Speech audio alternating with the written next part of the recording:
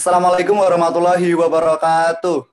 Waalaikumsalam warahmatullahi Waalaikumsalam wabarakatuh. warahmatullahi wabarakatuh. Baik, teman-teman, selamat pagi menjelang siang. Pagi. Pagi. Oke, di sini teman-teman kita semua akan melaksanakan diskusi panel bersama-sama tentang tema yang akan kita bahas bersama, yaitu pembelajaran pada masa COVID-19. Nah, teman-teman semuanya, sebelum kita melaksanakan diskusi panel, perkenalkanlah kami dari kelompok 6 memperkenalkan anggota kami. Yang pertama ada saya, Edi Prastyo Nugroho, nomor NPM 20103011096 selaku moderator. Dan yang kedua ada Benita Lydia Maharani, nomor NPM 20103011094. Yang ketiga ada Siwiriati dengan NPM 20103011031. Yang keempat ada Indi Zulfasari dengan nomor NPM 20103011129. Dan yang terakhir ada Dian Kurniasari dengan nomor NPM 20103011116. Baik, teman-teman semuanya, nanti di sini untuk diskusi panel, untuk susunannya adalah yang pertama, nanti penyampaian pendapat atau materi sesuai dengan artikel yang telah disusun teman-teman semuanya masing-masing. Dan yang kedua nanti adalah diskusi atau tanya jawab. Nanti yang ketiga adalah penutup dari saya selaku moderator. Baik teman-teman, seperti yang telah kita ketahui bersama bahwa mulai dari tahun 2019 awal kemarin, pandemi COVID-19 sudah menyerang di seluruh dunia tak terkecuali Indonesia. Dengan merebaknya pandemi ini tentunya dunia pendidikan mendapatkan dampak yang sangat luar biasa dan memaksa pemerintah Indonesia khususnya Kemendikbud untuk meringkas atau memapas birokrasi pendidikan dan harus menerapkan sistem pendidikan yang baru sehingga dapat menjalankan roda pendidikan Indonesia. Dan tentunya akan banyak dampak atau banyak hal yang diakibatkan oleh sistem pendidikan yang baru ini. Oke, tanpa berpanjang lebar lagi, guna membahas tentang sistem pembelajaran masa pandemi COVID-19 ini atau pembelajaran pada masa pandemi COVID-19 ini, pertama saya akan berikan kesempatan kepada Mbak Siwiriati untuk memberikan pendapatnya berkaitan tentang pembelajaran masa COVID-19 ini. Kepada Mbak Siwiriati, saya silahkan. Ya, terima kasih Mas Edi. Di sini temanya yaitu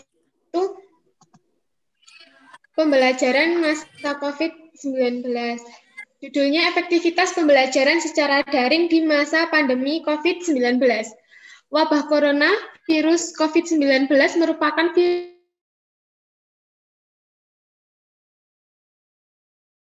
ini telah memberikan dampak pada kehidupan manusia, mulai dari perekonomian hingga pendidikan.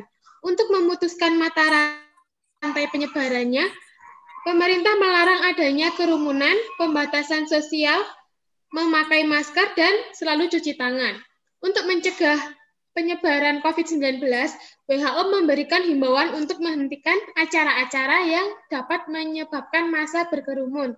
Melalui Kementerian Pendidikan dan Kebudayaan, pemerintah telah melarang pembelajaran tatap muka dan memerintahkan untuk menyelenggarakan pembelajaran secara daring. Pembelajaran daring dilaksanakan menggunakan aplikasi-aplikasi pembelajaran yang diakses dengan jaringan internet. Tindakan ini bisa mengurangi timbulnya kerumunan massa di kampus, seperti yang terjadi pada perkuliahan tatap muka. WHO 2020 merekomendasikan bahwa menjaga jarak dapat mencegah penularan COVID-19. Pembelajaran daring memiliki kelebihan, di antaranya mampu menumbuhkan kemandirian belajar, metode belajar yang variatif, dan juga mengikuti revolusi industri 4.0. Konteks pendidikan saat ini mulai terfokus pada inovasi, serta penggunaan informasi, internet, dan teknologi secara maksimal. Tidak hanya memiliki kelebihan, tetapi pembelajaran daring juga memiliki kekurangan, seperti keterbatasan akses internet, berkurangnya interaksi dengan mengajar, minimnya pengawasan dalam belajar, dan juga tingkat kefokusan dalam pembelajaran. Pada pembelajaran daring ini, pemerintah berupaya memberikan fasilitas kepada siswa berupa bantuan subsidi kuota gratis setiap bulannya, agar siswa tetap bisa mengikuti pembelajaran tanpa harus memikirkan biaya untuk pembelian kuota. Ditambah lagi dengan ekonomi saat ini yang tidak stabil. Pembelajaran daring memiliki tantangan khusus. Lokasi siswa dan pengajar yang terpisah saat melaksanakan menyebabkan pengajar tidak dapat mengawasi secara langsung kegiatan siswa selama proses pembelajaran. Tidak ada jaminan bahwa sungguh-sungguh dalam mendengarkan ulasan dari pengajar. Pembelajaran daring dilakukan selama ini dinilai tidak sepenuhnya efektif, dikarenakan tidak semua siswa bisa menerima materi yang diberikan. Hal ini disebabkan oleh kemampuan setiap siswa yang berbeda-beda. Ditambah lagi, konsentrasi tidak sepenuhnya fokus kepada materi. Pembelajaran daring juga tidak hanya berdampak pada siswanya saja, akan tetapi orang tua ikut andil dalam pembelajaran ini, di mana orang tua berperan sebagai fasilitator siswa di rumah dan tidak jarang terjadi kekerasan orang tua terhadap anak, yang dikarenakan anak susah diajari belajar pelosok dan tidak mempunyai akses internet yang baik. Pelaksanaan pembelajaran daring menunjukkan kecenderungan yang berbeda. Dalam menyiasati kondisi ini, siswa yang tinggal di daerah yang sinyal internetnya lemah akan mencari wilayah-wilayah tertentu seperti perbukitan dan wilayah kecamatan untuk dapat terjangkau oleh akses internet. Pembelajaran daring ini apabila diteruskan, bahkan dipermanenkan, akan kurang efektif. Siswa akan tetap bisa mengikuti perkembangan teknologi dengan pembelajaran secara tatap muka. Hal ini bisa dilakukan dengan cara pada saat pembelajaran tatap muka, juga diselingi dengan pembelajaran menggunakan media lain yang memanfaatkan teknologi. Sekian, terima kasih. Baik, terima kasih Mbak Siwi atas pemaparannya. Di sini yang saya bisa dapat, mungkin pembelajaran daring ini memiliki beberapa efek positif maupun negatif ya Mbak Siwi ya. Betul seperti itu ya Mbak. Nah, untuk kelebihannya mungkin kita akan lebih mengikuti perkembangan teknologi zaman seperti yang dipaparkan oleh Mbak Siwi tadi. Dan kelemahannya mungkin kita belum siap dalam menghadapi perubahan atau adaptasi yang sangat signifikan ini. Seperti itu ya Mbak Siwi ya. Nah, dari Mbak Siwi yang telah dipaparkan tadi tentang pendapat Mbak Siwi tadi, kesimpulannya apa Mbak dari pendapat dari Mbak Siwi tadi? Kesimpulannya di sini yaitu apabila pembelajaran daring ini diteruskan atau dipermanenkan kurang efektif dikarenakan dampak negatifnya itu lebih banyak daripada dampak positifnya. Kita akan tetap bisa mengikuti perkembangan zaman dengan mengikuti kuliah atau pembelajaran dengan tatap muka. Oke, baik Mbak Siwi. Saya tarik benang merahnya ya Mbak Siwi. Berarti pembelajaran daring ini tidak efektif untuk kita karena lebih banyak menimbulkan kerugian daripada keuntungan bagi kita semua. Betul seperti itu Mbak Siwi? Iya, benar sekali Mas. Oke, baik. Terima kasih Mbak Siwi atas pendapatnya. Baik, teman-teman semuanya, kita lanjut ke pendapat yang selanjutnya. Kepada Mbak Indi Zulfasari, dipersilakan untuk memberikan pendapatnya tentang pembelajaran masa COVID-19 ini. Baik, halo Mbak Indi, bisa memaparkan artikel atau pendapatnya tentang pembelajaran pada masa COVID-19 ini? Silakan. Ya, baik Mas Edi, terima kasih atas waktunya yang diberikan. Di sini saya akan memaparkan artikel saya dengan judul topik Kendala Pembelajaran Daring di Tengah Pandemi COVID-19. Saat ini dampak penyebaran COVID-19 kian pesat dan juga seiring berjalannya kasus positif di masyarakat semakin bertambah. Hal itu sangat berdampak sekali pada berbagai sektor kehidupan masyarakat, seperti sektor pariwisata, sektor ekonomi, Tak terkecuali juga sektor pendidikan sangat mengalami perubahan besar. Pemerintah Indonesia menginstruksikan untuk melakukan gerakan kerja dari rumah atau work from home yang mengharuskan masyarakat bekerja dari rumah mereka masing-masing dengan tujuan untuk memutus rantai penyebaran virus COVID-19. Bekerja dari rumah dan juga belajar dari rumah ini dianggap sebagai cara terbaik untuk memutus mata rantai penyebaran virus ini. Dalam pembelajaran daring ini, mahasiswa dapat belajar seperti biasanya dan tidak akan kehilangan materi perkuliahan serta memiliki waktu yang lebih fleksibel. Namun, pembelajaran daring ini tidak sepenuhnya disambut oleh mahasiswa karena ada sebagian mahasiswa yang menganggap pembelajaran daring ini lebih menyulitkan dibanding dengan pembelajaran biasa. Belum lagi banyak kendala yang dialami saat berlangsungnya pembelajaran. Seperti diantaranya gawai atau handphone yang kurang memadai. Zaman sekarang hampir semua orang memiliki handphone, tetapi ada beberapa kasus dalam keluarga yang ekonominya kurang mampu, mereka bahkan tidak memiliki HP. Mungkin mereka memiliki HP, tetapi sudah jadul alias tidak support dengan aplikasi yang berbasis jaringan. Jangankan untuk membeli HP, untuk makan sehari-hari saja masih kesusahan. Selain itu juga ada jaringan yang tidak stabil. Kendala jaringan internet yang tidak stabil ini sangat menghambat proses pembelajaran. Seperti mahasiswa yang berada di daerah pelosok mungkin di mana sinyal jaringannya susah didapat. Terkadang harus keluar rumah terlebih dahulu untuk mendapat jaringan internet yang stabil sehingga dapat mengikuti pembelajaran dengan baik. Selain itu juga ada kendala yang lain seperti kuota internet yang tidak memadai. Pembelajaran secara daring ini menuntut semua pihak harus menghabiskan kuota internet. Apabila tidak memiliki kuota internet, maka tidak bisa mengikuti pembelajaran dengan baik. Belum lagi durasi waktu pembelajaran yang bisa dibilang cukup panjang, terkadang bisa mencapai 1 jam atau lebih.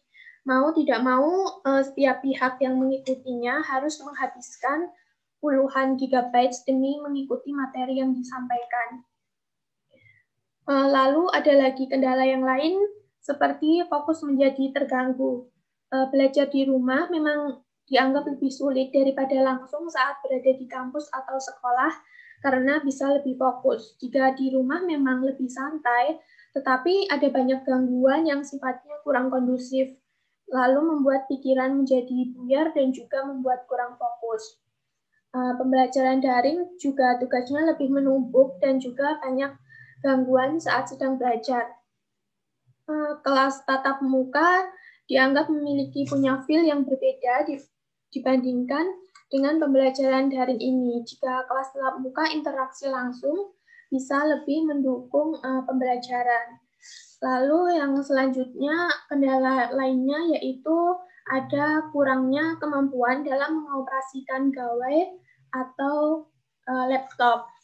Perubahan sistem belajar daring ini membuat setiap pihak untuk cepat beradaptasi untuk menggunakan teknologi. Hal ini sangat dirasakan sekali oleh para mahasiswa, tak terkecuali juga para pengajarnya.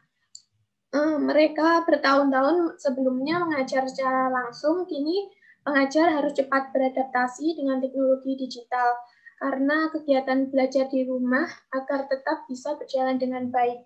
Tidak hanya pengajar, tapi terkadang juga ada beberapa mahasiswa yang merasa kesulitan dalam mengoperasikan gawai digital, sehingga membuat proses belajar mengajar daring ini jadi terhambat. Begitu Mas Edi, pemaparan yang dapat saya sampaikan. Waktu dan tempat saya kembalikan. Baik, terima kasih Mbak Indi atas paparan atau pendapatnya tentang pembelajaran pada masa COVID-19 ini. Baik Mbak Indi, tadi Mbak Indi telah menerangkan latar belakang dan juga masalah-masalah yang timbul akibat daring seperti keterbatasannya kuota, jaringan, dan sebagainya. Nah, kalau dari Mbak Indi sendiri, solusi menurut Mbak Indi yang tepat untuk dilakukan sehingga masalah tersebut dapat atasi itu seperti apa Mbak Indi? Ya, baik Mas Edi. Menurut saya pembelajaran daring ini memang menantang sekali ya, memiliki tantangan tersendiri sehingga masih perlu adanya evaluasi untuk mengurangi kendala-kendala yang ada seperti jaringan atau belum memiliki handphone. Sebaiknya setiap mahasiswa atau pengajar itu mencoba untuk lebih berinteraksi dengan teknologi untuk kelancaran pembelajaran daring ini. Kalau untuk seperti jaringan kuota internet yang kurang memadai itu dari pemerintah sendiri kan sekarang juga sudah ada bantuan kuota internet sehingga lebih meringankan dan juga membuat kendala menjadi terkurangi. Seperti itu Mas Edi, menurut saya. Baik, terima kasih Mbak Indi. Berarti kesimpulannya dari pembelajaran daring ini menimbulkan banyak sekali problematika yang dihadapi oleh para siswa maupun mahasiswa ya Mbak Indi ya. Nah, dari masalah tersebut berarti intinya masih perlu sistem ini untuk dievaluasi lagi sehingga dapat menciptakan sistem pembelajaran yang lebih baik lagi dan lebih menguntungkan tentunya untuk kita semua. Betul seperti itu Mbak Indi? Ya, betul sekali Mas Edi, masih banyak perlu evaluasi agar pembelajaran daring di Indonesia ini lebih baik. Gitu. Terima kasih. Baik, terima kasih Mbak Indi atas pendapatnya. Oke, baik seperti ya teman-teman, jadi memang masih banyak sekali sisi positif dan negatif yang dihadapi oleh siswa maupun mahasiswa sekarang ini dengan sistem pembelajaran PJJ, pembelajaran jarak jauh. Oke, untuk selanjutnya kita akan lanjut kepada pendapat atau pemaparan materi yang selanjutnya kepada Mbak Dian Kurniasari, disilahkan.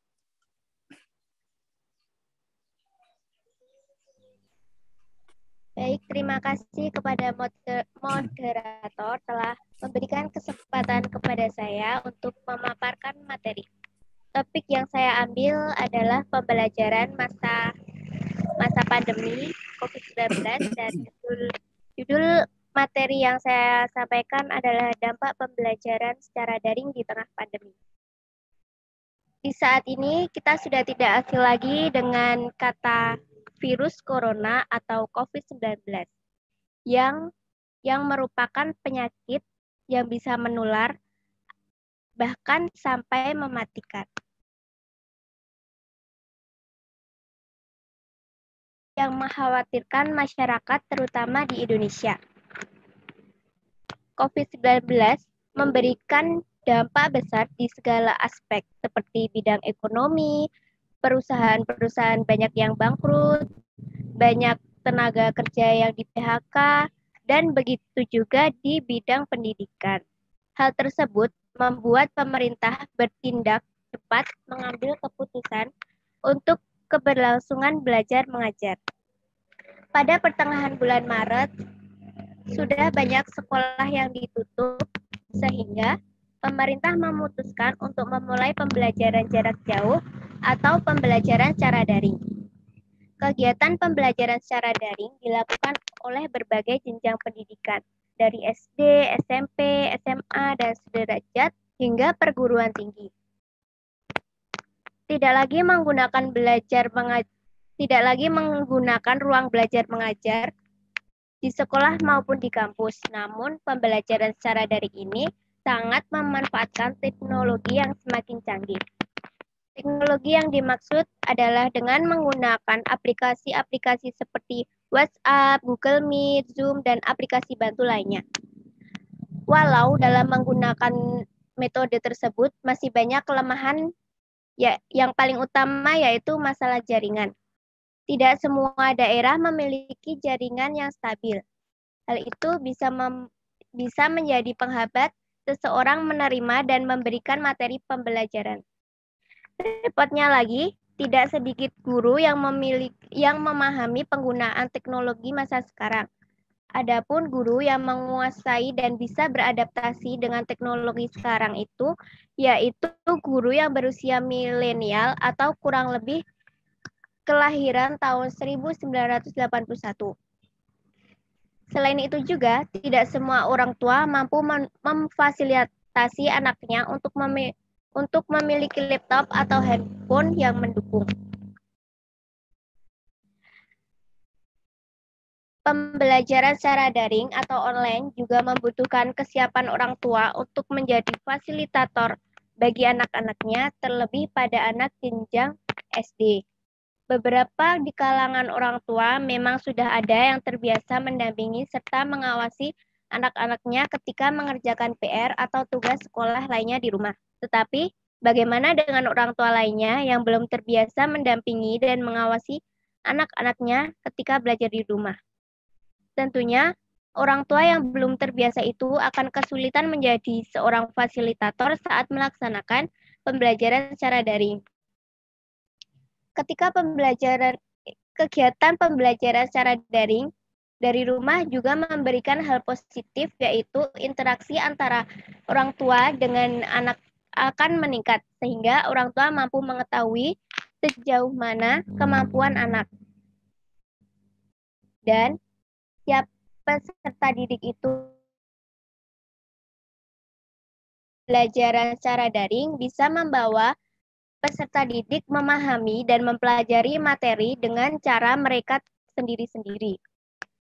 Peserta didik juga bisa belajar secara santai seperti dengan mendengarkan musik, memakan cemilan, dan lain sebagainya. Belajar dengan melakukan kegiatan santai akan memberikan kesan rileks dan mengurangi kejenuhan dalam belajar.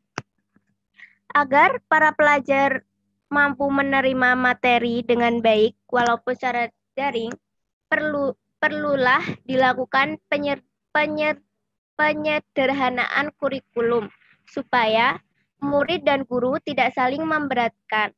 Melakukan bimbingan kepada guru-guru dalam menggunakan aplikasi bantu untuk berlangsungnya pembelajaran daring. Dan yang paling utama adalah peran orang tua untuk mendorong anak dan memberi semangat agar anak tidak merasa putus asa. Dapat disimpulkan bahwa COVID-19 ini sangat merugikan segala bidang, terutama di bidang pendidikan. Dengan dilaksanakan pembelajaran secara daring, walau banyak hambatan dan kendala, ada sisi negatif dan positif, tapi pemerintah sudah melakukan berbagai upaya untuk pelajar Indonesia tetap mendapat pendidikan yang baik. Sekian materi dari saya kembalikan kepada moderator. Makasih. Iya, sama-sama Mbak Dian. Oke, terima kasih Mbak Dian atas pemaparan materi atau pendapatnya mengenai pembelajaran pada era COVID-19 ini. Nah, berarti di sini juga kita dapat menarik kesimpulannya Mbak Dian ya, dapat kita tarik benangnya bahwa peran orang tua lah yang sangat penting, sangat urgent pada pembelajaran di era COVID-19 ini ya Mbak ya. Seperti itu Mbak Dian? Ya, betul sekali Mas Edi. Oke, tentunya dengan dukungan dari beberapa elemen-elemen pendidikan seperti sekolah, terus juga dari guru sendiri, itu juga harus terus berkomunikasi dengan pihak-pihak terkait supaya sistem pembelajaran ini dapat terlaksana dengan baik. Baik, terima kasih Mbak Dian atas pemaparan materi atau pendapatnya, sangat luar biasa sekali. Nah, teman-teman, untuk yang terakhir ini ada pendapat atau pemaparan materi dari Mbak Benita Lydia Maharani. Kepada Mbak Benita, disilahkan. Baik, terima kasih Mas Edi atas waktunya. Jadi, artikel yang akan saya bacakan dengan judul Daring Tugas Menumpuk Keadaan Meringkuk. Yang saya maksud di sini adalah problematika yang ada mengenai tentang pembelajaran daring saat pandemi. Hingga saat ini, Indonesia masih harus berperang menghadapi virus corona yang telah menyentuh angka lebih dari 500.000 kasus. Pada tanggal 11 Maret 2020, WHO menetapkan bahwa wabah ini adalah pandemi global. Semua aspek kehidupan sangat terdampak, termasuk dalam dan Kebudayaan atau Kemendikbud kemudian menetapkan kebijakan untuk pembelajaran jarak jauh atau PJJ, atau biasa juga disebut dengan pembelajaran daring. Pembelajaran daring dipilih oleh pemerintah sebagai upaya untuk memutus mata rantai penyebaran virus COVID-19. Pembelajaran daring ini dinilai memiliki problematika. Problematika yang pertama adalah materi yang dipaparkan hanya melalui e-learning, belum tentu bisa dipahami oleh para peserta didik, Dan banyak sekali peserta didik yang memahami materi yang diberikan hanya sesuai dengan sudut pandang mereka sendiri. Atau bisa juga disebut mereka menerka-nerka tentang apa yang mereka tangkap. Kemudian untuk yang problematika kedua adalah keterbatasan tenaga pengajar dalam menggunakan teknologi saat pembelajaran daring. Belum tentu semua tenaga pengajar dapat mengoperasikan gawai atau komputer dengan lancar, sehingga kondisi tersebut tentu akan menghambat pembelajaran. Kemudian untuk problematika yang ketiga adalah para tenaga pengajar terbatas saat mengawasi peserta didik di tengah pembelajaran. Banyak peserta didik yang hanya absen saja, setelah itu tidak aktif lagi hingga akhir pembelajaran.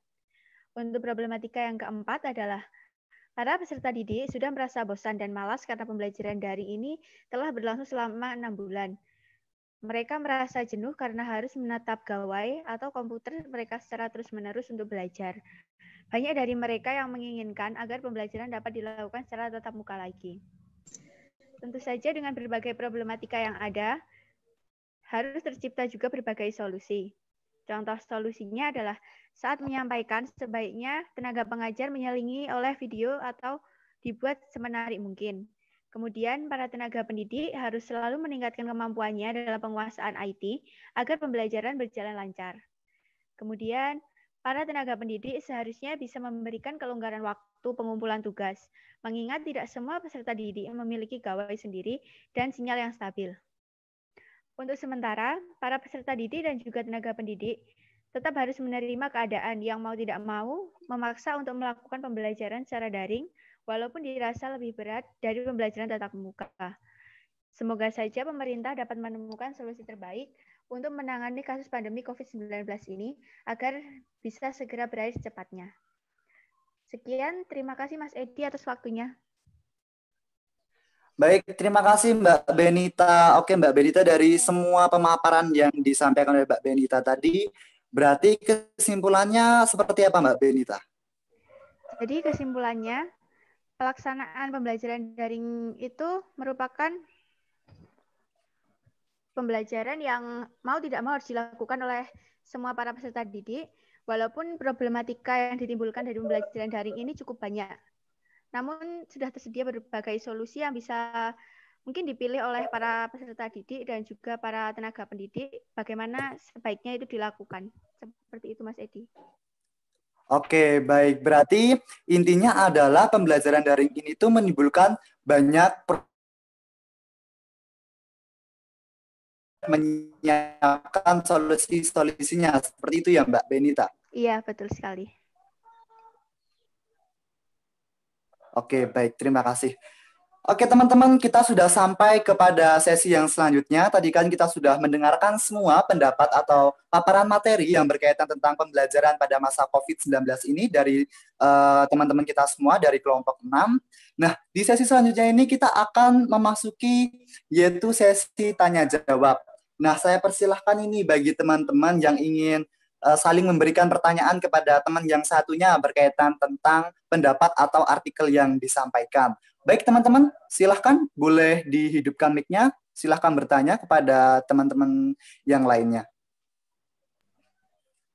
Saya izin bertanya. Oke, untuk pertanyaannya saya batasi satu orang satu aja ya. Ya. Baik, Mbak Dian Kurniasa, bukan untuk siapa? Saya ingin bertanya kepada Mbak Benita Lydia. Ya, boleh.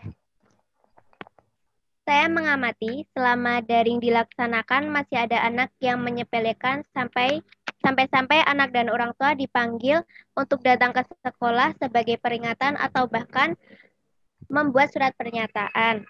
Nah, itu bagaimana solusi agar tidak terjadi seperti itu? Terima kasih. Baik, saya izin menjawab pertanyaan dari Mbak Dian ya. Menurut saya, peran orang tua itu yang sangat terpenting dalam mengawasi dan memperhatikan anak dalam pembelajaran online. Orang tua perlu lebih aktif untuk mendampingi serta membangun komunikasi positif dengan anak. Orang tua juga bisa berkomunikasi kepada guru si anak agar mengetahui perkembangan belajar si anak. Seperti itu, Mbak Dian. Baik, terima kasih Mbak Benita atas Ya, jawabannya. Oke, baik. begitu ya Mbak Dian dari jawabannya Mbak Benita. Jadi saya juga ingin menambahi sedikit. Intinya adalah komunikasi antara orang tua, murid, dan pihak sekolah itu sangatlah penting dalam menjalankan pembelajaran jarak jauh ini. Jangan sampai ada miskomunikasi antara orang tua dan sekolah. Nanti itu akan mengakibatkan beberapa masalah-masalah yang akan timbul. Jadi seperti itu Mbak Dian. Oke, untuk teman-teman yang selanjutnya boleh loh segera menghidupkan mikrofonnya dan bertanya kepada siapa pertanyaan ditujukan, disebutkan juga. Baik, Mas Edi, saya ingin bertanya kepada Mbak Dian. Baik, ya, silahkan. Mbak Dian, saya izin bertanya, bagaimana solusi untuk orang tua yang sulit menjadi fasilitator bagi anaknya selama pembelajaran daring? Terima kasih. Baik, saya akan menjawab pertanyaan dari Mbak Siwi. Solusi untuk orang tua yang sulit menjadi fasilitator bagi anak-anaknya. Belajar. Kemungkinan hal tersebut karena kurang siapnya orang tua untuk menjadi fasilitator. Kuncinya, orang tua harus lebih sabar lagi untuk menjadi fasilitator.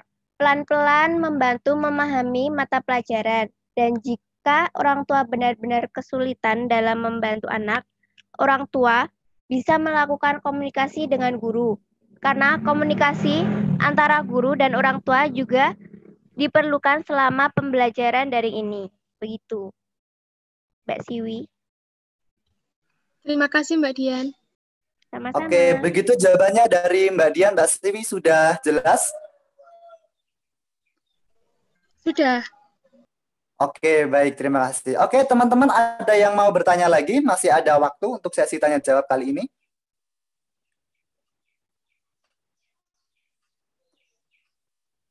Baik, kalau tidak, berarti kita akhiri ya sesi tanya jawab pada kesempatan diskusi panel ini. Berarti kita lanjut kepada yang terakhir adalah penutup. Nah, di sini saya sebagai moderator dapat menyimpulkan. Jadi terlepas dari segala permasalahan yang timbul akibat pembelajaran dengan sistem daring ini, tentunya harus ada sikap yang diambil untuk mengatasinya. Semua stakeholders pendidikan harus turut ikut serta dalam menangani permasalahan yang cukup membuat pusing orang banyak ini, ya kan? Nah, dengan kondisi ini tidak boleh terlepas pandang dari kebijakan pemerintah dan pelaksanaannya operasionalisasi di lapangan. Nah, dari stakeholder seperti pemerintah dan juga orang tua, guru, sekolah, dan juga siswanya sendiri tentunya harus turut bekerja sama bersatu padu untuk melaksanakan pembelajaran daring ini supaya dapat terlaksana dengan baik. Nah, intinya adalah pandemi yang menyerang di seluruh dunia ini harus memaksa setiap negara untuk merubah birokrasi pendidikannya, tak terkecuali Indonesia, sehingga dapat terus memutarkan roda pendidikan tanpa mengorbankan keselamatan orang banyak. Sehingga tercetusnya sistem pembelajaran daring yang menuntut dunia pendidikan untuk melek teknologi. Seperti itu. Nah, tetapi namun tentu akan banyak timbul masalah karena perubahan yang sangat drastis ini yang berakibat ketidaksiapan dari berbagai aspek. Nah, walaupun sistem pembelajaran jarak jauh ini banyak menimbulkan masalah, pasti ada sikap yang harus diambil oleh semua elemen pendidikan, sehingga akan membantu tersukseskannya sistem ini. Jika bukan kita, siapa lagi? Ya kan, seperti itu teman-teman ya. Jadi kesimpulannya seperti itu untuk diskusi panel pada kesempatan kali ini. Jika ada waktu lagi, kita akan sambung pada diskusi yang selanjutnya. Baik teman-teman, jika ada masih pertanyaan bisa disampaikan di grup WhatsApp saja. Untuk diskusi pada kali ini, saya Edi Prastio selaku moderator. Sebelum menutup, saya mohon maaf dulu jika banyak salah maupun tutur kata yang tidak berkenan. Sekian dari saya. Wassalamualaikum warahmatullahi wabarakatuh. Waalaikumsalam warahmatullahi wabarakatuh. Waalaikumsalam warahmatullahi wabarakatuh.